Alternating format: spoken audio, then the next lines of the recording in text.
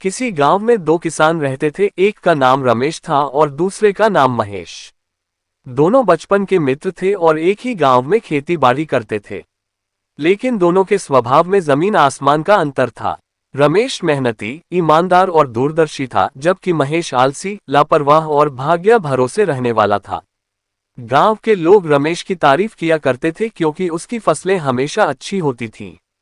वह अपने खेतों की देखभाल करता, नई तकनीकें अपनाता और समय पर सिंचाई व उर्वरक डालता।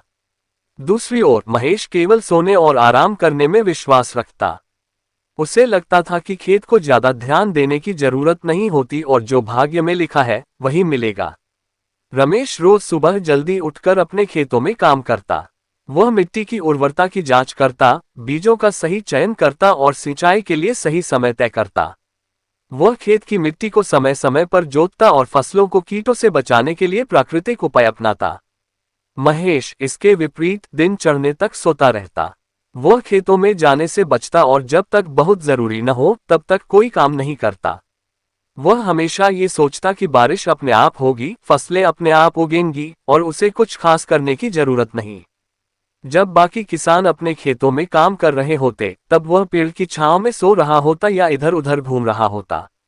एक दिन दोनों ने अपने अपने खेतों में धान बोया। रमेश ने समय पर खेत जोता, खाद डाला और सिंचाई की। उसने फसल की अच्छी देखभाल की और जब समय आया तो उसकी फसल लहलहा उठी। उसके खेत में सुनहरे धान की बालियां झूम रही थीं।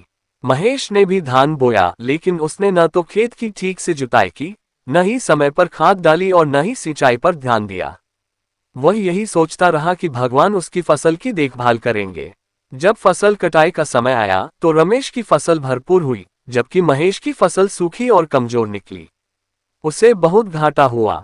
गांव में सबने महेश को समझाया कि अगर वह मेहनत करेगा तो उसकी भी फसल अच्छी होगी, लेकिन उसने किसी की बात नहीं मानी। उसने बहाना बनाया कि इस बार भाग्य ने उसका साथ नहीं दिया। अगले वर्ष रमेश ने अपनी बचत से नए कृषि उपकरण खरीदे और कुछ नई तकनीकों को अपनाने का फैसला किया। उसने वैज्ञानिक विधियों से मिट्टी की जांच करवाई और उसके अनुसार खेती की योजना बनाई। महेश ने इस बार भी वही गलती दोहराई। उसने कोई नई तकनीक नहीं अपनाई और वही पुरानी लापरवाह आदतें जारी रखीं। इस बार गांव में एक अप्रत्याशित समस्या आई। बारिश बहुत कम हुई, जिससे जल संकट पैदा हो गया। खेतों को पर्याप्त पानी नहीं मिल रहा था। रमेश ने पहले से ही जल संरक्षण के उपाय किए थे। उसने वर्षा जल संचयन प्रणाली अपनाई थी, जिससे उसके खेतों को पर्याप्त पानी मिलता रहा। इसके अलावा उसने टपक सिंचाई प्रणाली ड्रिप इरिगेशन का भी इस्तेमाल किया, जिससे उसकी फसलें सूखे के बावजूद सुरक्षित रहीं। महेश, जिसने जल संरक्षण पर कभी ध्यान नहीं दिया, बुरी तरह प्रभावित हुआ। उसके खेतों में पानी की भारी कमी हो गई और उसकी फसलें पूरी तरह से सूख गईं। अब उसके पास खाने तक के लिए अनाज नहीं बचा था। इस बार महेश को अपनी गलती का एहसास हुआ। उसे समझ में आया कि सिर्फ भाग्य के भरोसे रहने से कुछ नहीं होगा, बल्कि मेहनत और समझदारी से ही सफलता मिलती है। वह रमेश के पास गया और अपनी गलती मानी। उसने रमेश से खेती की सही विधियां सीखने की विनती की। रमेश ने महेश को माफ कर दिया और उसे सही तरीके से खेती करने की शिक्षा दी। उसने महेश को जल संरक्षण, उन्नत बीजों का चयन और फसल प्रबंधन के महत्व के बारे में बताया। इस बार महेश ने भी रमेश की तरह मेहनत की। उसने अपनी आलसी प्रवृत्ति को त्यागा और समय पर खेतों की देखभाल करने लगा। उसने मिट्टी की गुणवत्ता सुधारी, पानी बचाने के तरीके अपनाए और उर्वरकों का सही मात्रा में प्रयोग किया।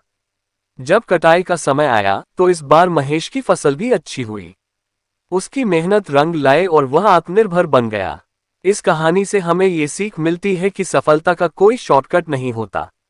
मेहनत, लगन और सही रणनीति से ही हम जीवन में आगे बढ़ सकते हैं। भाग्य उन्हीं का साथ देता है जो खुद परिश्रम करते हैं। रमेश की मेहनत और महेश की लापरवाही ने ये साबित कर दिया कि किस तरह सही दृष्टिकोण और परिश्रम से जीवन को बदला जा सकता है। अंततः महेश को भी अपनी गलती का एहसास हुआ और उसने अपने आलसी स्वभाव को त्याग कर मेहनती बनने का संकल्प लिया। जो लोग जीवन में आलसी बने रहते हैं वे कभी भी समृद्ध नहीं हो सकते। मेहनत ही सच्ची पूंजी है और जो मेहनत करता है वही असली सफलता प्राप्त करता है।